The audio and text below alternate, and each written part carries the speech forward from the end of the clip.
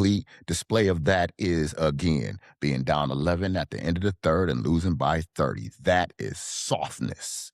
You don't complain when the coach says something to you. You don't talk back. You do what he say. Are you really having fun with the game that you love, playing that style of basketball? Because let's just keep it what it is. You're not playing, you're just practicing. But the parents think these kids are great because they're having good games here in this conference and in this area. But we just can't seem to win when we go out the area.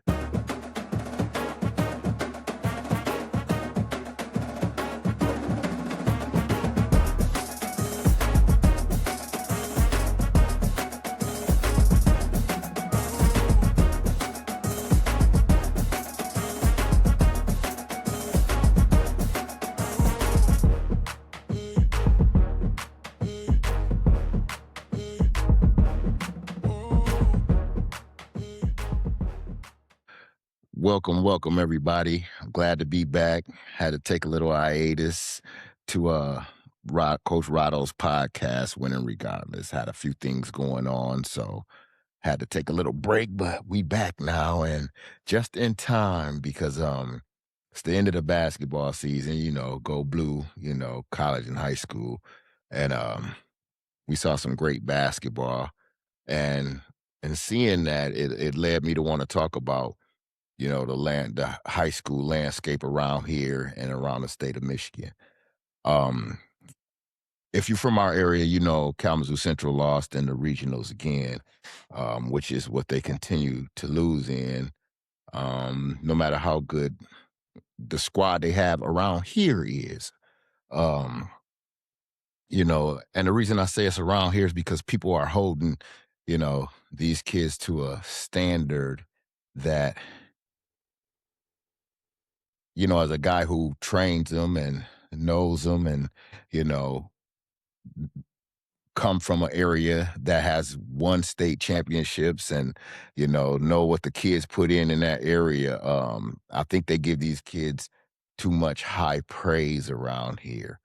The team that they lost to, which was East Lansing, again, in the regional, everyone was talking about how this past summer, they only lost to them in a scrimmage by 1 point, and the referee screwed them out of that point, and this, that, and the third. And I spent most of the time trying to get these people to understand that you can't equate a scrimmage to a game because the coaches are doing different things. They're trying to figure out different things. They're seeing if schemes will work that, they're implementing this year, this basketball year, or trying to maneuver players around and seeing if they can get, the versatility out of a player, like a player that worked on their handles over the summer that used to couldn't dribble. Oh, okay, well, let me put him in a position where he has the ball and let's see what he does. So when you're doing scrimmages, these are the things that you're trying to figure out. And, around here, they took that shit, too serious. We'll beat them. We'll beat them this, that, and the third. And, especially when they played and beat the crap out of Jackson the game before they played East Lansing. And East Lansing didn't play their best game against Lloyd Norks, and they looked vulnerable, so to speak, even though they won that game pretty handily. People figure, and I was out of the country, so I don't know, but people said that they were vulnerable. I just came back and I heard the tea leaves, and then I saw the game on a little video or what have you. And the thing that I have to say is, we as parents, we got to cut it out. You got to tell your kid he ain't good enough. You got to let them know that. You got to quit hyping your kid up because you see them in flashes. The thing about being a good player is, and I love how my youngest son turned out as far as an athlete, what he was, because anybody around here who knows my son, the first thing they'll tell you is he was coached great. And it was by me, until he got to high school, because I coached him the way that I came up. I don't care what anybody tells you how good you are. I'm your daddy. I'll tell you how good you are. And you ain't good enough. You don't complain when the coach says something to you. You don't talk back. You do what he say. You come to me and tell me if you don't agree with it. but you still do it. You know, that's the way that he was raised. I mean, to the point where the thing that I'm against the most is which getting a coach fired, that I built him in such a way that I did it. I got a coach fired because of how he treated my son. And the thing about my son is he never came and complained to me. He never said a word. But, you know, me and his stepmom and his mom was noticing he would have anxiety about going to school and going to practices. And one of his teammates came up to me and said, "Hey, man, Mr. Marshall, you know, I want to talk to you because I'm getting tired of it." And this was a starter, one of my son's friends. He was a starter on the team, senior. He's like, "Man, you should see the way the coach treats Devin." I said, "Well, how you mean? Devin don't say nothing. Devin don't complain. You know, I go to the games. He's doing well, having great games. The coach seems to love him." This day, he said, "Mr. Marshall, when anybody else on the team messes up, Devin has to run their suicides." I said, "What do you mean?" He said, "In practice, if you mess up, he makes Devin run. In the games, he'll come back and go over the film, and all of the mess ups, Devin ran." I got so tired of watching Devin run, I tried to run with him myself, and it was my mistake that was made, and he made Devin run for me. And I tried to run with him myself, and and he stopped me. Well, as a father, don't nobody punitively punish my child but me. And I had a problem with that because as a coach, that's not something you do. And as a parent, I wasn't going to stand for it. So my first reaction was to walk down there and to bust him up.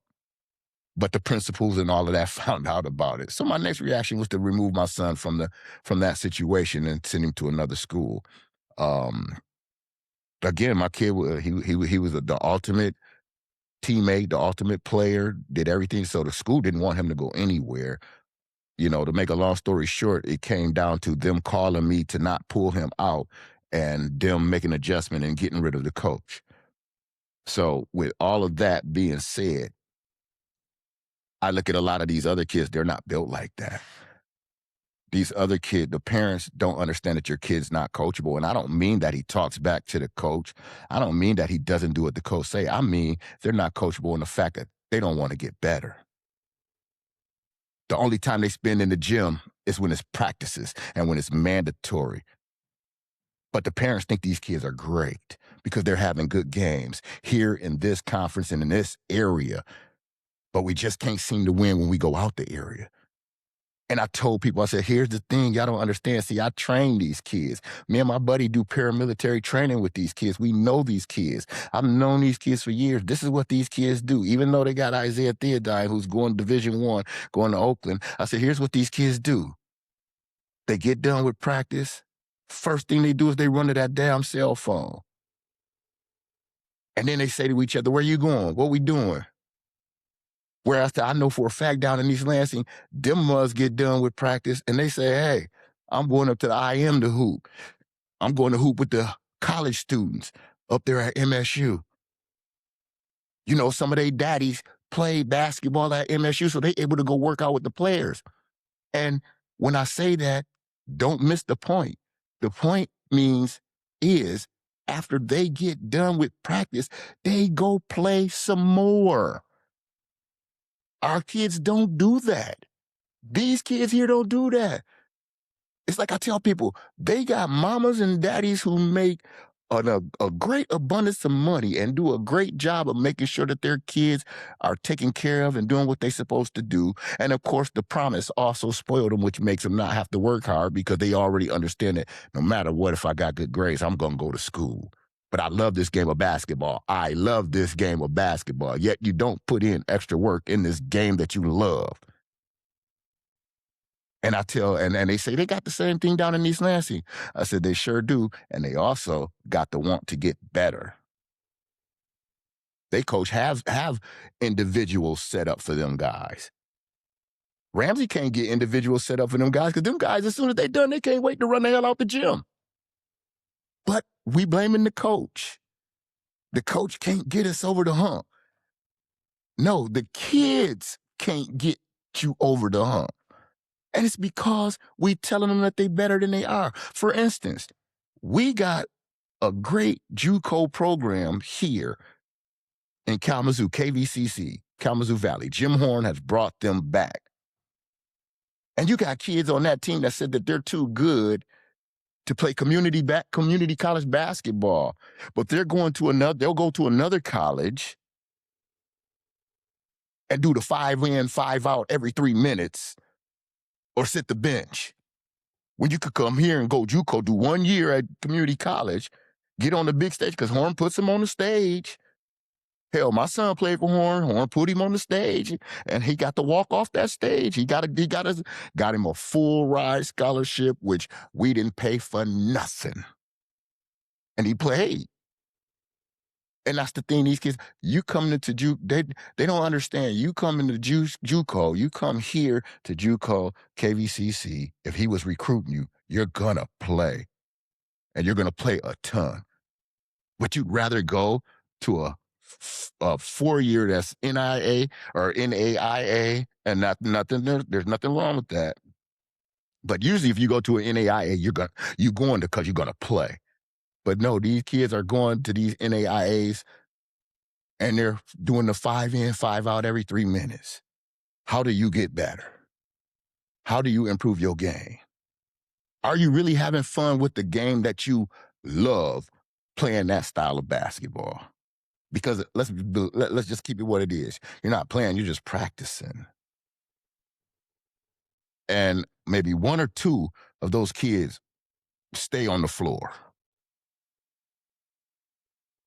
But they're too good to go to JuCo and be on the floor all the time, and I don't get it. Because as a parent, when Jim Horn came and recruited my son, he said, "I'm here to recruit Devin." I said, "Then why are you talking to me? You need to convince him, because he's going to be running your laps.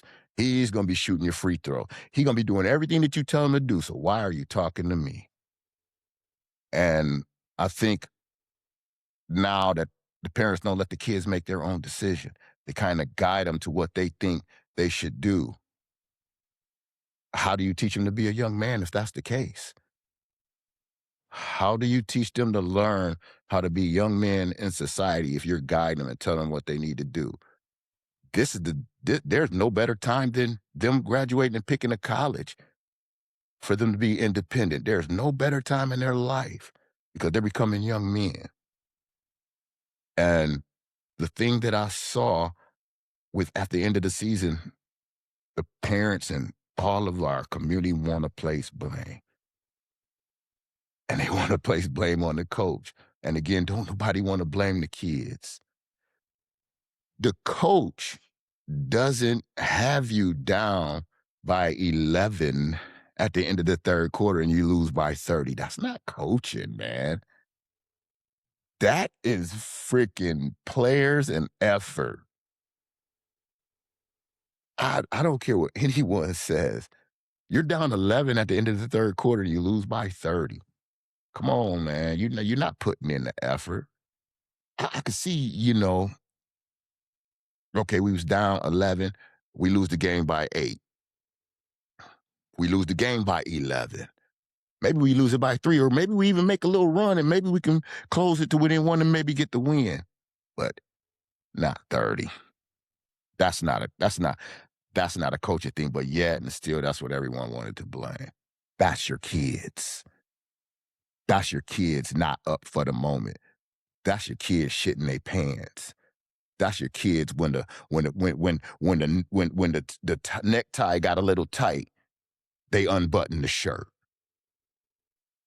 instead of taking a bigger gulp of air and swallowing it and putting their chest out. And my buddy who I do the paramilitary training to tell you that I told him that was going to happen. I told him that was going to happen. I told him it was going to happen. And even the kid who's like my nephew, who I love on, who is this kid haven't had a great season, had a great ending to his season. I even told his father, I said, they will not go past the regionals. And if they face East Lansing, they'll get blown out because of the kids. It's not the coach. It's the kids. When you know that this ain't the end all be all. And I don't mean the end all be all like oh man, after this, there's nothing else that's gonna happen. No, the end all be all me to me means when you know that there is no struggle at the end of this road for you, then there's no need for there's no need for you to continue on. It's like my coach, like my lawyer tells me and my wife, is the juice worth the squeeze? And in this case, to me, when I look back on this season for these kids, for some of them, yes, the juice was worth the squeeze. But some of them, the ones that I thought would do more and would be better and would show up to the moment and wouldn't be scared, nah, nah. You have to look internally. Because I'm a truth teller. A lot of people, they'll tell you that they'll say that I'm hating or this, that, and the third. I don't have a reason to hate. That's what people call you when you're telling the truth about people. I don't talk bad about kids. I'm not talking about these kids. I'm talking about their effort, which comes down to their heart. Hell, I come from a place where, we had 40 kids trying out for varsity. Football, we had 100 kids trying out for varsity. You know, you had to bring it every day. Hell, our coach was cutting seniors and juniors for sophomores because of potential. When I look at some of these kids, and I knew that they were going to be stagnant for the simple fact is they didn't get better than they were last year. You always look for a kid to get better. What kind of improvement did he make? And a few of these kids made none. There was no improvement in their game. The game was the same. Either you were slow on defense, you were still slow on defense. Either you were herky-jerky when you had the ball on offense, you were still herky-jerky on offense. Either you couldn't think the game, you still couldn't think the game. There was a few of these kids whose games stayed the same, and the coach had to rely on them to possibly do something different, and they just couldn't because they don't understand the work you got to put in. You know, a few of them got caught up into the girls. Now the girls is coming along. So now you're not putting in the work because you got the girls coming along. One of my favorite rappers used to always say, you know, "Mm, a man's biggest downfall." And I mean, and in high school, when you catch it early, it definitely is because you're not thinking about it no more. You don't understand how it zaps your energy. So you thinking before the game, you can get your little thing on and it zaps your energy. But you don't think about things of that sort. The parents and the people around here have to be real with themselves and be real with their kids. That's not saying that you don't love your kid because you're telling the truth. You know what I'm saying? I would tell them kids all the time what I felt that they would need to work on. They would look me dead in my eyes, shake their head. Great, great kids. All of them are great kids. But I just knew because I would see the same effort. I would see the same movements. I would see the same lack of respect for the game of basketball, a lack for what it takes to get better, to get up to that upper echelon. And I would see that. And I would know that, mm-mm, nah, because, you know, kids over from my area where I'm from, they getting better. Them kids is out in the park hoop. I don't see the kids out here hooping in the summertime out in the park. They'll go into a gym, but then you only got a few of them that'll do that. I know for a fact down in Lansing, them kids is at the park and they at the gyms. It's and people say it's bigger. Well, that means then the talent should be better here when you squeeze it together. Because Kalamazoo used to be a talent pool for basketball. Teams out of Lansing didn't go to the States all of the time. Kalamazoo, shoot, when Mike Thomas was here, shoot, I think he went 3 or 4 times in a row with Kalamazoo kids down there busing kids up. Them kids would go to Chicago and bust kids up in Chicago. But those were some different kids. TJ Buchanan was a different kind of kid, you know. Quay was a different kind of kid. Devin Oliver was a different kind of kid. Their parents did good, well, but they were different kids. They were like them kids that's down in Lansing right now. Don't matter what my mom and daddy do, it matter what I do. And I got to represent myself and I got to represent my family. And man, them boys did it. Not to say that these kids, again, don't get what I'm saying to you misconstrued. What I'm saying to you is basically these kids are soft. Those kids was hard. These kids are soft. That's what I'm saying. And that's not an insult because, again, they're great kids. You can be a great kid and be soft, you know? It's a matter of you have to accept that about yourself. And the community has to accept that about these kids, whether they're yours or not. You have to accept that, you know? The kids is soft and you can change it. You can actually change it if you allow your kid to be coached. If you tell your kid, man, you playing soft. I rarely heard that. I mean, I rarely heard that from, the people who the kids needed to hear it from. I mean, I would see Ramsey tell them, but, again, with the kids being the way they are, you would tell them that, and they weren't like we were, or the Mike Thomas kids were, or like my son was, or, you tell them they soft, well, they do something about it. These kids, you tell them they soft, it's kind of like with kid gloves. That team was with kid gloves. You tell them they soft, you felt like their heart would cry. So you couldn't tell them those words, even though I felt it. And I love them to death. You know what I'm saying? I love them. Hey, I love them kids to death, you know, but in basketball standards and what you need to win standards, they were soft. And that's what, and a complete display of that is, again, being down 11 at the end of the third and losing by 30. That is softness. Skill has nothing to do with that. That's shitting your pants and getting scared of the moment and getting scared of the opponent because they've owned you. And it just upsets me knowing how talented this area is, knowing how talented these kids are, to where we need to try to push it. We need to bring that back. We need to bring back cussing at them.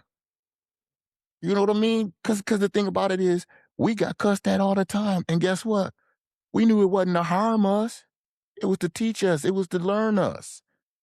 You cuss at these kids today, you got parents writing emails and letters. You don't think my boy Ray Mitchell down there cussing them motherfuckers out down in East Lansing? Excuse my language. As I say, man, get out of here. Man, are you serious? But they respond. And not in a bad way, because they understand that, man, we all have the same goal at the end, and he trying to get us there. And sometimes it's with colorful language, but that's sometimes I need that to motivate me. I need you to cuss me out to tell me that I'm not doing my job. Like my man yesterday, Yaxel, man, I love that part about him. Man, I'm playing soft. You think any of our kids would have said that about themselves? Mm-mm. Mm-mm. And that's a problem. You know you soft. You know you playing soft. Like he did. And I used to always tell him the way you do anything is the way you do everything. I would watch them during some of our workouts, just lollygag on through. That's why I would make them do, leg lifts extra time. I would make them run because you're lollygagging. So imagine when they take that over to the game. Yeah, they stepped it up when they played against the teams that they were supposed to blow out. But what about the teams that everybody came to see you play? The team up in Muskegon, the team up in the two teams up in Detroit. Blowouts. Both of them, three of them, blowouts. And that's strictly, in my opinion only, comes from softness. It's because these kids today are coming up soft. And it's because we as parents allow it to be so.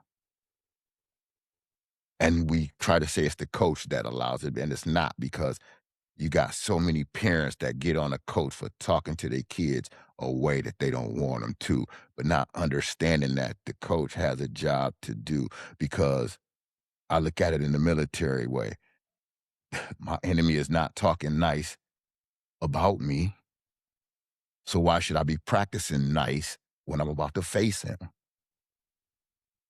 I should be thinking the same way about him that he's thinking about me. And they don't, because they're so dominant over here in this conference. They don't look outside of it. And they have to start doing that. We have to start telling these kids how soft they really are. Because if we don't, soft parents raise soft kids. Guess what happens with them soft kids? They become soft adults. And in the workforce, I mean, I'm a business owner. I don't want no soft people working for me. I don't want you working for me if your feelings get hurt, because my feelings get hurt when I don't win a contract. So I don't want your feelings to get hurt when I come at you and say that you didn't manage a project correctly. I don't want you to go in your office, close the door, and not talk to nobody the rest of the day. That's softness. I want you to say to me, okay, I appreciate you bringing that to my attention. What do I need to do to fix it? That's what we need to get our kids to doing. Okay, I was soft on that play. What do I need to do? Or I know I was soft on that play. This is what I need to do. So, in closing, what I would like to say is, let's do a better job of basically making our kids have heart, letting them know it's okay to cry, it's okay to get hurt, it's okay to hurt yourself because you gave it everything that you had. It's okay to go up against a bigger opponent and get smashed, because you can learn from that. How do I not get smashed the next time? Oh, I know how. Just be quicker than him. Simple. Let's quit coming to our kids' rescue all the time. Let's let them figure it out, especially when it comes to this sports landscape. Unless a coach is punitively punishing your kid, unless a coach is violently doing something to your kid, what's wrong with a little words? A few words. It's not going to hurt them. They come home, cry to you. First thing you say, motherfucker, well, why was he getting on you then? What was you doing? What were you not doing? Because coaches usually get on you when you're not doing something, not for something that you are doing. Let's be better in that aspect in raising our athletes to be tougher, so that when they come into tougher situations, it's okay that I lost, but I gave it everything, because I guarantee you, Kalamazoo Central walked off of that court not giving it everything if you lose by 30 in one quarter. That's not giving it. That's not walking off the court saying, man, I gave it everything I had. No, that's walking off the court saying, man, my diaper was wet. At least where I'm from, that's what it is. So again, I just want to say, hey, let's make our kids tougher. Let's coach them. Let's teach them how to win regardless of the situation. Thank you for tuning in, and win regardless. It's Coach Rodo.